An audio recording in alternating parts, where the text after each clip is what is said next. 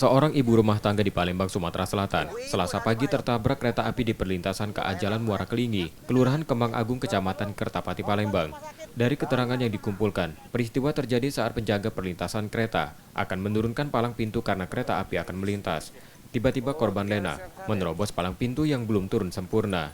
Penjaga rel sempat memperingatkan korban berkali-kali, namun tak diindahkan. Korban akhirnya tertabrak kereta dan terseret sejauh 12 meter. Warga kemudian menolong korban dengan langsung membawanya ke Rumah Sakit Palembang Bari. Sampai ketabrak Sekitaran jam 6 lewat 30 lah. Bibi itu nak ke kantin kan di dalam. Nah, adalah ada yang jago sini kan. Ya. Nah, ada sepur. Ya udahlah, yang jago tadi narik. Ibu tadi lewat. Dipekik lah oleh yang jago kan. Ya. Bilang, nah ada sepur. Nah, ya udahlah ke sini dia. Ya sini Pak. Sini.